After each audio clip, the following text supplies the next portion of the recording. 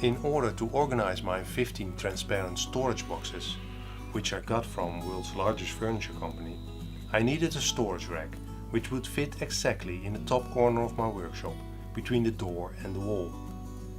I made the design in such a way that the brackets that will support the shelves are cut out of the back panel. And because I do not have enough space underneath the shelves, I put the brackets on top of them. With a bit of glue and some nails, this is strong enough for this project.